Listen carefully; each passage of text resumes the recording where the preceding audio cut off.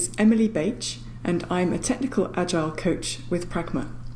I'm very happy to be presenting to you today the Julekalender, and I am going to talk about how agile is your kitchen. Because I don't know about you, but at this time of year, I do tend to spend more time in the kitchen. And I spend some of that time baking. Just like this guy in the picture, I have ideas about great things I want to create. And I want to relate this to agility, because this is the kind of thing that you do when you're building software. Somebody has a great idea for something that they want to build rather than bake.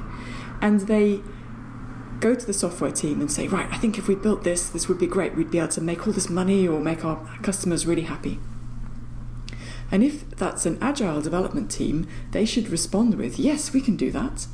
Because in agile software development methodology, you should be able to respond to change. You should be able to deliver those features when the market needs them and make your customers happy. So when I'm talking about developing software, I like to make analogies to things that people are familiar with. So I want to make an analogy between building software and baking a cake. In the same way as when you're baking a cake, there are certain factors that will affect how long it will take you. It's similar with software. So if you look at how long it's going to take you to bake a cake, one of the factors is how complex is that cake.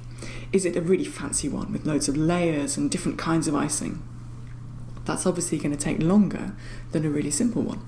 And it's similar with features. Different features are different sizes and different complexities. So that's not the only thing, though, that's going to determine how long it takes. When you're baking a cake, another factor that's important is how skilled is the baker?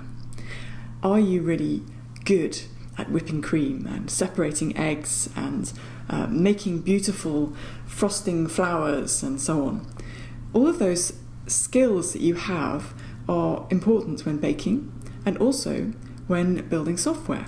And it also relates to the tools you have available, whether the baker knows how to use the tools to make the cake, just the same as whether the software developer knows their tools and is skilled with them. That's not all, though. When you're baking a cake, another factor in the equation is how good is your kitchen? Do you have the tools you need in your kitchen? Is it nice and clean and ready for you to work in? And I think it's the same in software, except the kitchen is much more abstract. The development environment that I'm working in is, of course, the tools that I have, the software tools, the IDE, but also the code base that already exists. That is a big part of my working environment, because when I'm building a new feature, I'm building it on top of the existing code. And how that is structured and how well designed it is, how messy it is, that's all going to affect how quickly I can build my new feature. You can also extend this to think about aspects around just the code base, but also the deployment tools that I have, the test automation infrastructure, the monitoring tools I have in production. All of that is going to affect how quickly I can build and deliver a feature. So, using this analogy, I think it's quite clear to understand that if your kitchen is in a bad state, that is going to slow you down.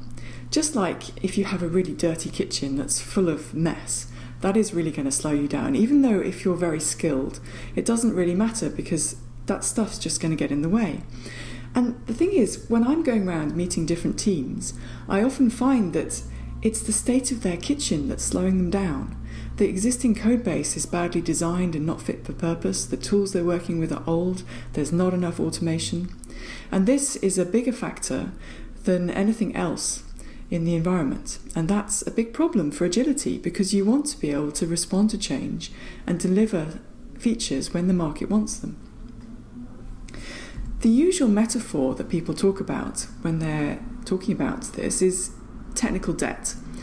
And this is the idea that when you are using a credit card, a small amount of debt is good because you can buy things you wouldn't otherwise be able to afford, and you can get moving quickly, you can get started. But if you don't manage your repayments properly, you get eventually this mountain of debt that's really going to cripple your ability to buy new things. And this is the analogy that is often used. Now, I think this is problematic when it comes to software because people have different attitudes towards debt. Some people are very happy to run up a huge credit card bill and not really see it as a problem, whereas other people are very cautious with their debt. And it's not clear exactly how much debt is a good thing and before it turns into a bad thing. I think if you start using this kitchen metaphor instead, this is actually a lot more helpful because I think it's much more tangible and familiar to everyone what it's like to work in a dirty kitchen. And I think it's clear that even a very small amount of mess is going to slow you down. I think it's also clear from the kitchen metaphor that it's pretty much inevitable that you're going to make some mess. Every software developer is going to create some poor design decisions occasionally, particularly when they're unfamiliar with the code they're about to write. And the mark of a great software developer actually is being able to transform that into clean code relatively quickly. The best software developers I know will keep their debt at really small levels or their kitchen really clean. Because the fastest way in the long run is a frequent small amount of cleaning up.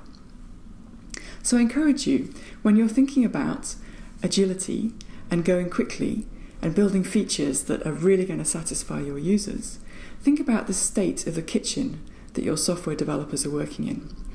I think it could be a really good investment to work on cleaning it up.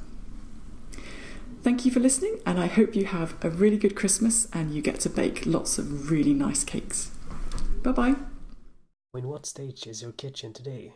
And can you find some small thing that you can do to increase the quality of your product? Please share your thoughts down below and subscribe for more videos from the Agile Advent Calendar.